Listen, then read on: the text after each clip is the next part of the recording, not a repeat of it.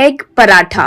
संजीव नगर नाम के शहर में कपाड़िया नाम का एक आदमी एक ढाबा चलाता था। उसके पास करण रसोई के रूप में काम करता था।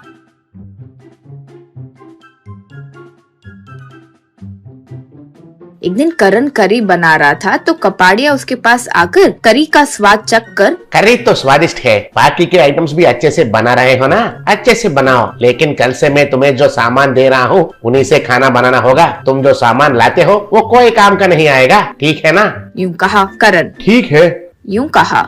अगले दिन से कपाड़िया कम दाम पर ही मिलावटी सामान लाकर करण को देने लगा। कुछ दिन वो इस्तेमाल करने पर करण को ठीक नहीं लगा तो एक दिन कपाड़िया से, आप जो सामान ला रहे हैं उससे खाना स्वादिष्ट तो नहीं बनेगा, साथ ही साथ कस्टमर की सेहत भी खराब हो रही है। यूँ कहा। तब कपाड़िया, मेरे लाए रेशन पर खराब नाम डाल रहे हो और तो और कस्टमर्स की सेहत तो खराब हो रही है ऐसे बोल रहे हो? चुपचाप मुंह बंद करो और काम करो, नहीं तो निकल जाओ। यूँ कहा करण। मैं ये सामान के साथ यहाँ काम नहीं कर सकता हूँ, निकल रहा हूँ मैं यहाँ से। कहकर वो ढाबा छोड़कर चले गया। करण घर पर दुखी होकर चुपचाप कुछ सोचते हुए बैठा था। उसके पास उसकी माँ उमा आकर, क्यों रे ऐसे हो, क्या हुआ, क्या सोच रहे हो, यूँ पूछी। तब करण, मेरी नौकरी चली गई माँ।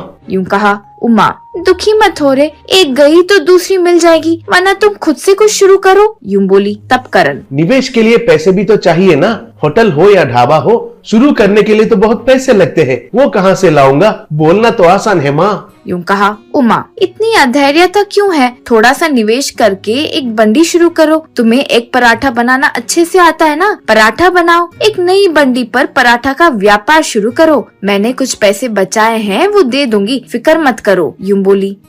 माँ की मदद से करण एक सेंटर पर बंडी पर ही पराठा बनाकर बेचना शुरू किया। वो जो एक पराठा बनाता था वो बहुत स्वादिष्ट होता था। एक पराठा के साथ एक करी भी कम दाम पर बेचता था। दाम कम और स्वाद अधिक होने से धीरे धीरे ज्यादा ग्राहक आने लगे, बहुत लोग आने लगे। करण के बंडी के पास रोज एक रिटायर्ड कर्नल आता था, एक पराठा खाता था, अच्छे से बात भी करता था। करण के एक पराठे के लिए कस्टमर्स बढ़ने लगे।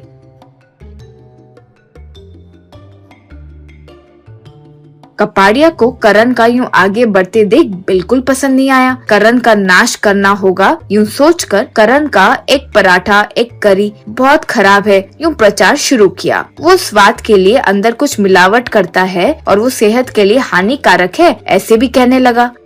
इससे करण का व्यापार पर असर हुआ। एक दिन कर्नल करण के पास जब आया तो करण को देखकर, क्या हुआ करण, ऐसे डल क्यों हो, यूँ पूछा। तब करण, वो कपाड़िया ने सब खराब कर दिया है सर, वो मुझ पर झूठा प्रचार करके मेरा व्यापार खराब कर दिया, क्या करूं समझ नहीं पा रहा हूँ, यूँ कहा। तब कर्नल, फिक्र मत करो करण, अच्छे लोगों के साथ हमेशा अच्छा ही होता है, उदास मत हो, मेरी बात मानो और जैसे मैं कहता हूँ वैसे करो। कहते हुए करण से कुछ कहा।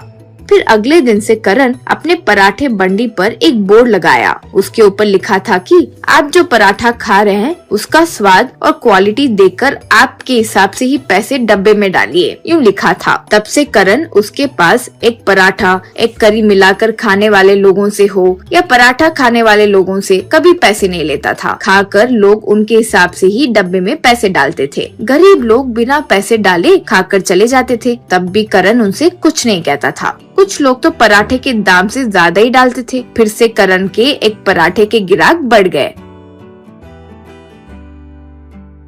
उस एरिया में करण के पराठे के लिए अच्छा नाम होने लगा।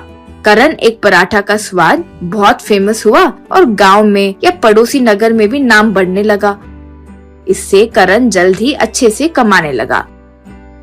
एक ढाबा भी शुरू किया। उस ढाबे पर भी एक बोर्ड लगा रखा था। उस पर भी ऐसे ही लिखा था कि आप जो पराठा खा रहे हैं उसके स्वाद और शुद्धता के हिसाब से आप ही पैसे तय करके डब्बे में डालिए। ढाबा भी अच्छे से चलने लगा। करण की ये तरक्की से कपाड़िया के ढाबे का दिवाला निकल गया और कपाड़िया गांव छोड़कर चले गया। कर्नल करण को देखकर खुश हुआ। करण एक दिन कर्नल से, आपकी सलाह मेरे लिए बहुत काम आई, आपका ये एहसान मैं कभी भी नहीं चुका पाऊंगा, यूँ कहा। तब कर्नल, मेरा तो इसमें कुछ नहीं है करण, सच्चाई और ईमानदारी से काम करोगे तो आगे बढ़ोगे, ये तुमने साबित किया है, यूँ कहा। करण बहुत खुश हुआ।